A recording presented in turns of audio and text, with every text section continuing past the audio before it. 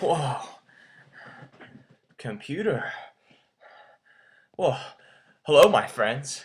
It seems like yesterday I'd just gotten off the ship at Jamestown 1607, but here I am. And you're probably wondering, how did you get here? And I'm wondering, how did America get here?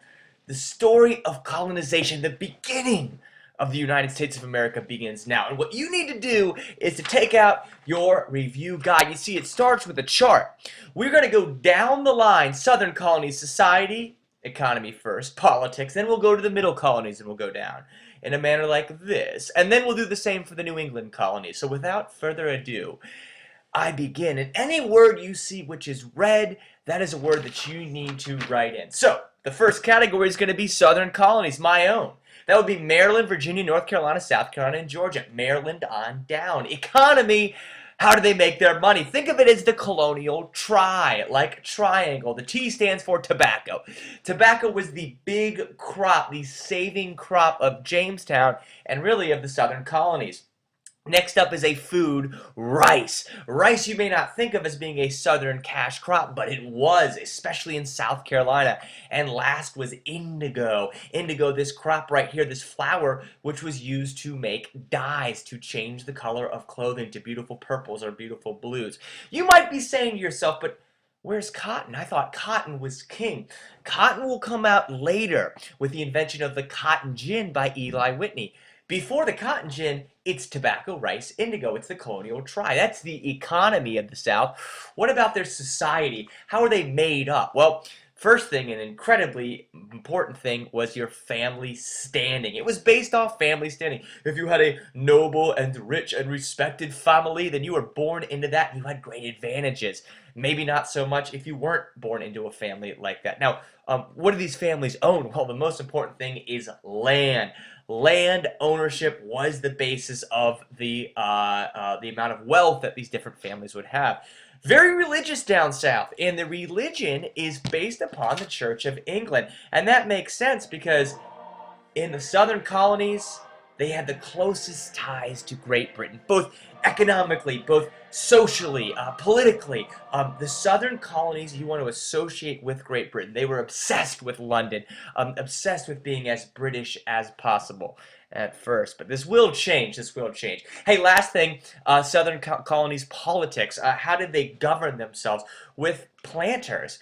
Planters dominated colonial legislature. Now, I know what you're thinking. Oh, no, peanuts? No, a planter would be an individual who owns a large plantation and has laborers, indentured servants, and slaves working on it. Well, it was these rich folks in the South who dominated their colonial legislatures. Okay, we got one down. Next one is the middle colonies. I know my face is blocking some of these pictures, but it's going to be all right. Okay, so how do they make their money? Well, you're really close to the ocean. You see, anywhere you go, you can hear the ocean in the background, or at least you're close to it. So shipbuilding. Shipbuilding is the key. But it wasn't all shipbuilding. It was also farming. Small-scale farming was present in the middle colonies, as well as trading. Now, all this trade resulted in some big cities. One big city would be New York, and the other one would be Philadelphia. They're going to grow as seaports and commercial centers in the middle colonies. All right, what about their society? Well, can't see this guy. I'm in front of him, but his name's William Penn, and he was a Quaker. But first, up top, first word is religious tolerance, okay? We'll learn about the New England colonies who weren't so tolerant, but in the middle colonies, they were. So what are some religious groups? As I was saying, Quakers were in Pennsylvania. Now, there were Presbyterians, and they were in New Jersey. So we see different religious groups, and they're experiencing tolerance in the middle colonies. In New York, you had two groups, the Huguenots, that would be French Protestants, and the Jews, okay? So if you put all this together at the very bottom of this slide, you'll see that there was a flexible social structure. What that means is if you were born maybe in a not great family, as the Southerners would say, there was an ability to move. There was a strong middle class. Get it? Middle class in the middle colonies. So I got middle colonies economies. I've got their society. What about their politics? Well, politics are very simple. They had democracy as well. It was democratic. They had many democratic principles. This would be meetings where people would get together and express their desires, their wishes in the middle colonies. And in a lot of ways, it was similar to the basic rights of Englishmen. You see, we see some similarities with these English immigrants and how the politics are. Because in the English, you have the House of Commons, you have the House of Lords, and you have similar things going on in the middle colonies as well. All right, two down. I know what you're thinking. You're thinking, one to go. What's the last one? New England colonies. Going up to the very north, Massachusetts, Connecticut, Rhode Island, and New Hampshire. The New England colonies their economies were based off shipbuilding. Oh, I know what you're saying. That's the same as the middle colonies. Well, because it's also they're close to the water. Now, once you're in the ships, you might want to do a little bit of fishing and lumbering. You got to cut down the wood to make the ship to do the fishing in. Also, they had small-scale subsistence farming, so small farms. In the South, you got the really super big farms, but in New England, not so much. Now, later, not now, but later you'll have manufacturing in New England, okay? These Puritans, the Puritans are going to be the ones who will settle the New England colonies. They believed in hard work and thrift.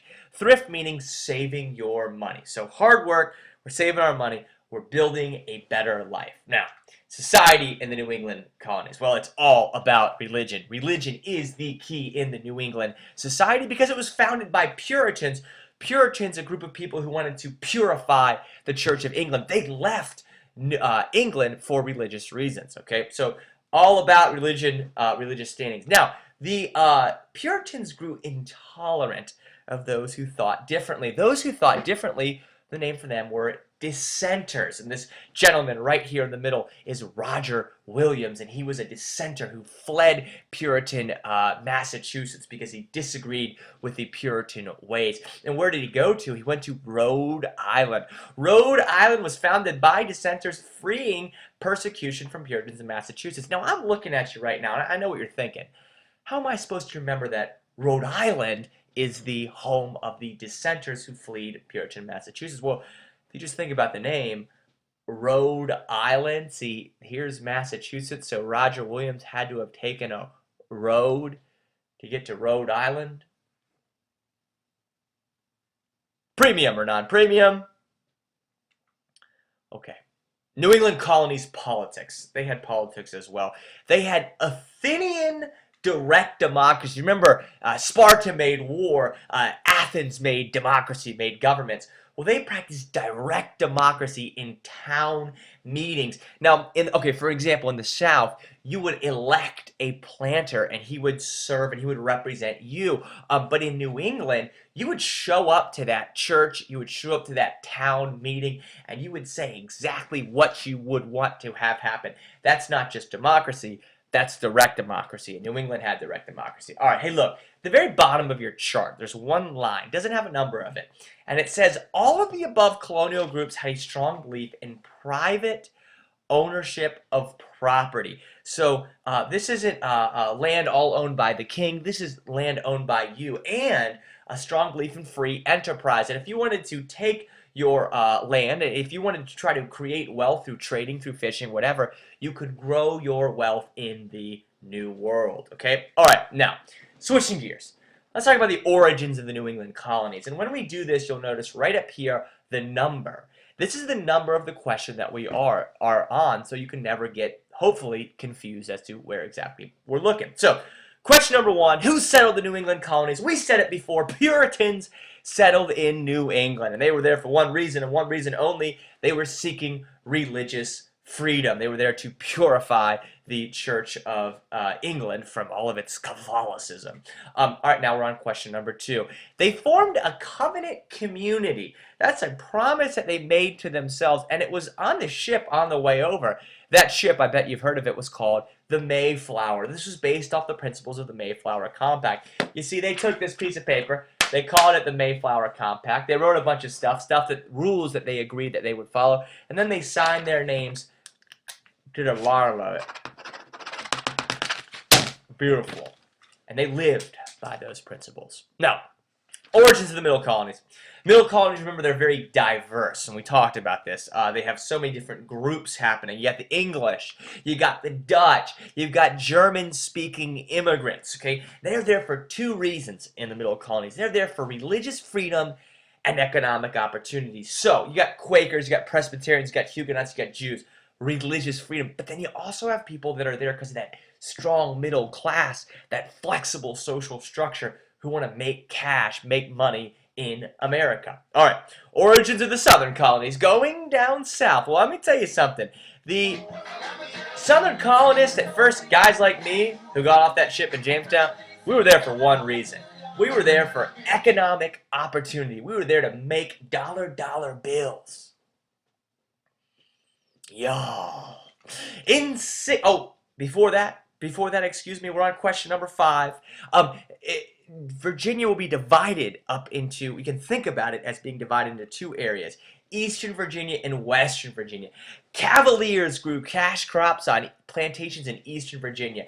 2 reasons. One is because the ground is very low and flat and it's very rich.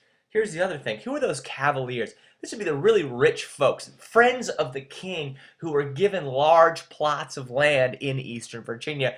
But what about Western Virginia? If you've ever seen the mountains out in the Centerville area, you'll see that there are lots of mountains in the western part of Virginia. Those would be the Appalachian Mountains. Poor English immigrants settled in Western Virginia, Shenandoah Valley area, or they may have worked as indentured servants in Eastern Virginia. Okay, what's an indentured servant? Well, indentured servant is very simple. Question number 6, backside of your review guide. Indentured servants worked on plantations in exchange for passage to the New World. Generally about 7 years that you would give working on a plantation in exchange for the cost of getting you from Great Britain to the New World. That's what an indentured servant does. Question number 7. Here's me. 1607, write down that year. It's a big one. Jamestown, the first permanent English settlement. That's important because there were other attempts at English settlements. They just all failed. You see, Jamestown's still around today. You should go visit it. It's fantastic. It was established by the Virginia Company of London. That's right. It wasn't established by the King of England. It was established by a business. They were called a joint stock venture. They were there to get cash. At first, they hoped for gold, but, there's not a lot of gold in Virginia. And eventually, they would be saved by tobacco. Remember the colonial try, T-R-I-T for tobacco. They would have a government that would quickly form in Virginia. It was called the House of Burgesses. It was the first elected assembly in the New World, which makes sense because remember, Jamestown 1607 is the first British colony, or first British settlement in the New World. Today, the House of Burgesses is known as the General Assembly. So it's been going on ever since. This is these elected colonial legislatures electing these planters, okay? Representative government, not direct democracy. That's happening up in New England. All right, my friends, Native American interactions. Of course, there were people in this land before these English settlers came over. And they fought with the English and with the Spanish because the Spanish actually come before the English just further down south. And they fought over one thing, land. Who controls the land? Now, these battles were deadly, but not as deadly as disease. Large number of Native Americans died to disease. This illustration is showing the effects of smallpox, which killed hundreds of thousands of Native Americans. Question number 10. So, nobody's really getting along with the Native Americans. The English aren't, the Spanish aren't. Well, one group did. Because there were less settlers, the French actually had friendly relations. Now, they settled more up north Canada area, but they had better relations with Native Americans. There were less of them. They didn't need to take over land, and they did business through the fur trade. All right, Great Awakening. Let's talk religion. We're on question number 11. The Great Awakening was a religious movement in the mid-1700s. All I need you to know about mid-1700s is that's the colonial times. The Great Awakening happened during the colonial era before the American Revolution, and it was all about religion. Passionate sermons from people like George Whitefield or Jonathan Edwards sparked a large interest, a growing interest in religion in the New World. Now, it did a couple of things. It led to the growth of evangelical religions. Faiths such as Methodist and Baptist exploded in America, and you can thank the Great Awakening for that. It also was a challenge to the religious and governmental authority. The religious and governmental authority is the same thing, the Church of England. Well, the Great Awakening is now challenging that. Think Methodist, think Baptist, okay? And this will lay the social foundation for the American Revolution. Because what's happening in the New World, these colonists, they're starting to get their own ideas, their own institutions, their own government, and their own religious awakening. And they're going to take that and use that as a challenge later to say, hey, if we want to totally get rid of Great Britain, we will in the American Revolution. Hey, last part in a sad chapter of American history, slavery begins. We're on question number 14. Initially, Africans who came to the New World did not work as slaves. They worked as indentured servants, and they did earn their citizenship in the colonies. But increasingly, African Americans were forced to the southern colonies, because those are your big plantations are, and this journey was called the Middle Passage from Africa to the New World. Brutal, disease, violent journey that led to a number of deaths of African Americans, going mostly towards the southern colonies. Question number 15.